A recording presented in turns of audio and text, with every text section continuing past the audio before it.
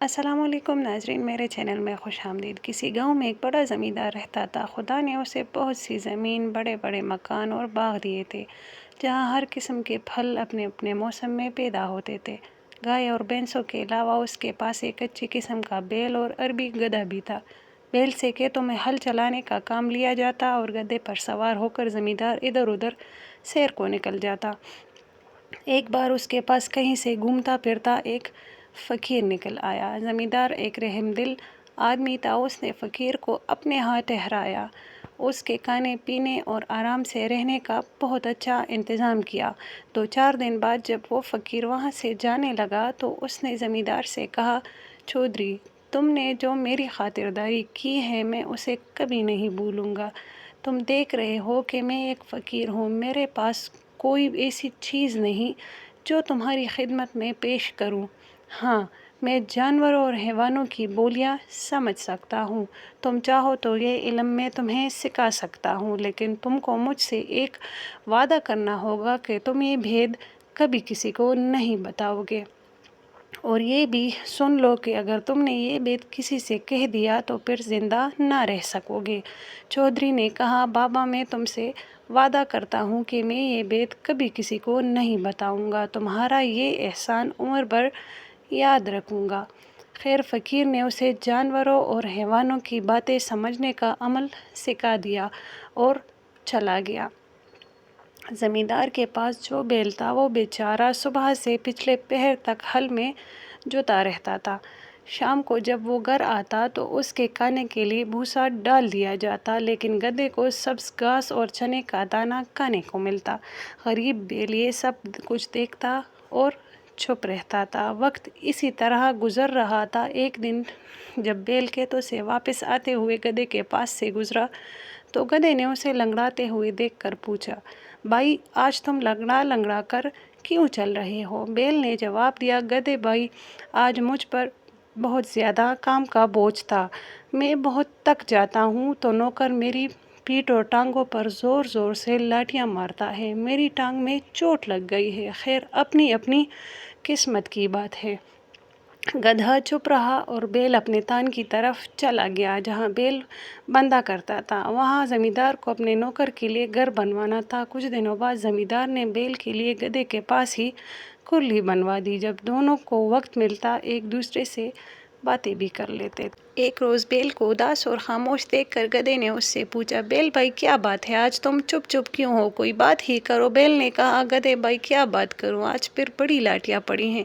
گدھا کہنے لگا، بیل بھائی، سچ جانو، جو تمہاری درگت بنتی ہے وہ دیکھ کر مجھے بہت دکھ ہوتا ہے، لیکن افسوس ہے کہ میں تمہارا دکھ نہیں بانٹ سکتا۔ بیل بولا، گدھے بھائی، تم نے سچ کہا، دکھ تو کوئی کسی کا نہیں بانٹ سکتا، لیکن تم مشورہ کچھ تو دے سکتے ہو کہ اس مصیبت سے میری کیسے جان چھوٹے گی، اور نہیں تو 2-4 دن آرام ہی میں کر لوں۔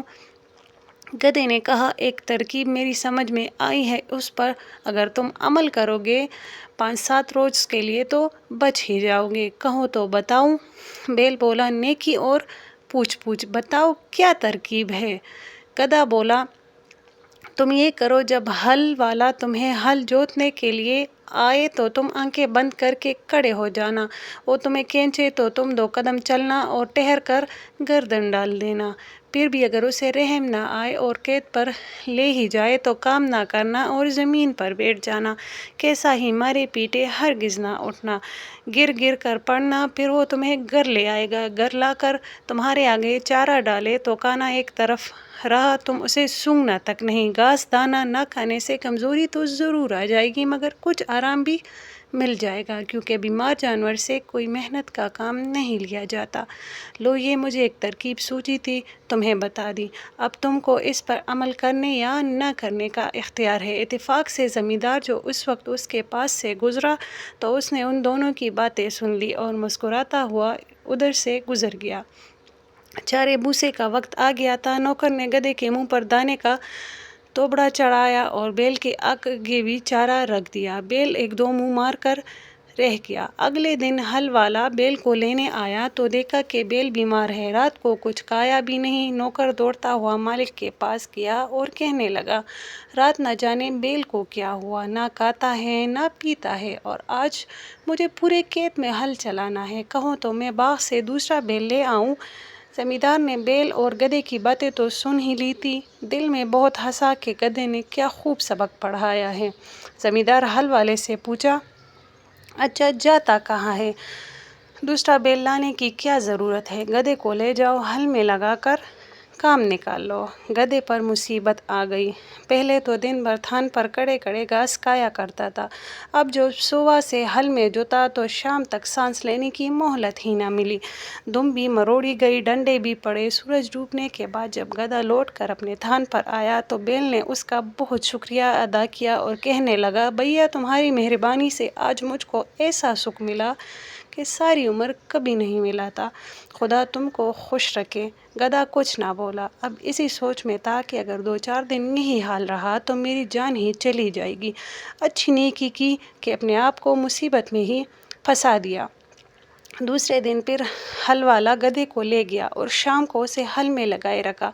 جب گدھا تھکا ہارا واپس آیا تو بیل نے پھر اس کا شکریہ ادا کیا اور خوشامد کی باتیں کرنی چاہی۔ گدھا کہنے لگا، میاں ان باتوں کو رہنے دو، آج میں نے مالک کی زبان سے ایک ایسی بغری خبر سنی ہے کہ میرے رونگٹے کھڑے ہو گئے، خدا تم کو اپنی حفاظت میں رکھے۔ بیل نے کان کھڑے کر کے پوچھا، گدھے بھائی سناؤ تو، میرا تو دل دھڑکنے لگا ہے۔ گدھا بولا، کیا سناؤں؟ مالک ہل والے سے کہہ رہا تھا کہ اگر بیل زیادہ بیمار ہو گیا ہے، اسے اٹھنے کی قابل نہیں رہا، تو کسائی کو بلا کر اس پر چھری پھروا دو۔ بیل کسائی کے نام سے کانپ اٹھا اور کہنے لگا، پھر تم کیا مشورہ دیتے ہو؟ گدھا بولا، میں تو ہر حال میں تمہاری بھلائی چاہتا ہوں، اب میرا مشورہ یہ ہے کہ تم کھڑے ہو جاؤ، چارہ بھوسا کھانے لگو، اور صبح کو جب ہل والا آئے تو تم خوشی خوشی اس کے ساتھ جا کر ہل میں جت جاؤ۔ یہ باتیں بھی زمیندار چھپا ہوا سن رہا تھا اور دونوں کی باتوں پر اسے دل ہی دل میں ہنسی آ رہی تھی۔ جان جانے کے ڈر سے بیل نے پھر گدھے کے مشورے پر عمل کیا، چارے کی ساری نان صاف کر کے دی اور کلیلی کرنے لگا۔ صبح ہوئی تو زمیندار اپنی بیوی کے ساتھ بیل کے تھان پر پہنچا۔ بیل نے جو اپنے مالک کو دیکھا تو اچلنا شروع کر دیا۔ اتنے میں ہل والا بھی آ گیا۔ اس نے بیل کو بالکل تندرست پایا، کھول کر چلا تو اس طرح دم ہلاتا ہوا کرتا ہوا چلا کہ مالک کو بے اختیار ہنسی آ گئی۔ بیوی نے پوچھا، تم کیوں ہنسے؟ ہنسی کی کوئی بات تو نہیں ہے۔ زمیندار نے جواب دیا، ایک ایسی ہی بھید کی بات ہے جو میں نے سنی اور دیکھی، جس پر میں ہنس پڑا۔ بیوی بولی، مجھے بھی وہ بات بتاؤ۔ زمیندار نے کہا، وہ بات بتانے کی نہیں ہے، اگر بتا دوں گا تو میں مر جاؤں گا۔ بیوی بولی، تم جھوٹ کہہ رہے ہو، تم مجھ پر ہنسے تھے۔ زمیندار نے بہت سمجھایا کہ نیک بخت میں تجھ پر کیوں ہنسوں گا، تجھ کو تو وہم ہو گیا ہے، اگر مرنے کا ڈر نہ ہوتا تو میں تم کو ضرور بتا دیتا، مگر وہ کب ماننے والی تھی؟ بولی، چاہو مرو یا جیو، میں پوچھ کر ہی رہوں گی۔ جب بیوی کسی طرح نہیں مانی تو زمیندار نے سارے پڑوسیوں کو اور خاندان والوں کو جمع کیا اور سارا قصہ سنایا کہ میری بیوی ایک ایسی بات کے لیے ضد کر رہی ہے جسے ظاہر کرنے کے بعد میں مر جاؤں گا۔ لوگوں نے اس کی بیوی کو بہت سمجھایا اور جب وہ نہ مانی تو اپنے اپنے گھر کو چلے گئے۔ زمیندار لاچار ہو کر وضو کرنے چلا گیا کہ بھید کھلنے سے پہلے 2 نفل ہی پڑھ لے۔